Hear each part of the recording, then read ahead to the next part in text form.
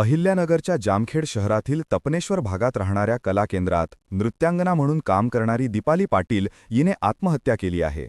खर्डा रोडवरील साई वाजमध्ये तिने गळफास घेऊन आत्महत्या केल्याने सर्वत्र खळबळ माजली आहे. दीपालीच्या आत्महत्येचे कारण अद्याप स्पष्ट झालेले नाही. पोलीस या प्रकरणी चौकशी करत आहेत. रिक्षा चालकाने दिला लॉजचा पत्ता. दीपाली ही मूळची कल्याण येथील रहिवासी आहे. ती काही मैत्रिणींसोबत तपनेश्वर भागात राहत होती. सकाळी बाजारात जाऊन येते असे सांगून ती बाहेर पडली होती.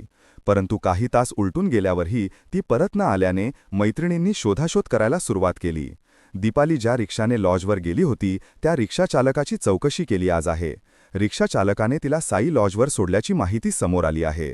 नेमकं काय घडलं? मैत्रिणी सायंकाळी साई लॉजवर दीपालीला शोधण्यासाठी पोहोचल्या तेव्हा तिची रूम आतून लॉक होती. लॉजवर काम करणाऱ्या कर्मचाऱ्यांनी डुप्लिकेट चावीने दरवाजा उघडला असता समोर भयानक दृश्य होते.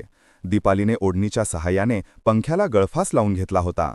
तिचा मृतदेह समोर टांगलेल्या अवस्थेत होता. त्यानंतर या प्रकरणाची माहिती पोलिसांना देण्यात आली. पोलीस सध्या तपास करत असून दीपालीने एवढे टोकाचे पाऊल का उचलले याचा शोध घेत आहेत. रोहित पवार यांनी एक्स सोशल मीडिया अकाउंटवर पोस्ट करत जामखेडमधील अवैध धंदे आणि गुन्हेगारी याबाबत कायमच आवाज उठवतोय. परंतु या धंद्यांना कुणाचा आश्रय मिळतो हे आता लपून राहिलं नाही.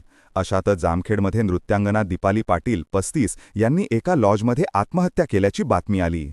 आत्महत्या करण्यापूर्वी संबंधित महिलेसोबत कोण होतं, त्याचे काय संबंध आहेत, त्याला कोणत्या उच्च पदस्थांचा वरदहस्त आहे आणि त्याच्या कुटुंबातील व्यक्तीने कोणत्या पक्षाकडून निवडणूक लढवली याची सखोल चौकशी करण्यासाठी संबंधित लॉजवरील सीसीटीव्ही फुटेज पोलिसांनी ताब्यात घेऊन या गुन्ह्याची उकल करावी.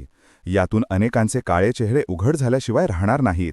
संबंधित महिलेला न्याय मिळवून देण्यासाठी हे प्रकरण दडपण्याचा कुणी प्रयत्न केला तर तो आम्ही यशस्वी होऊ देणार नाही असे म्हटले आहे.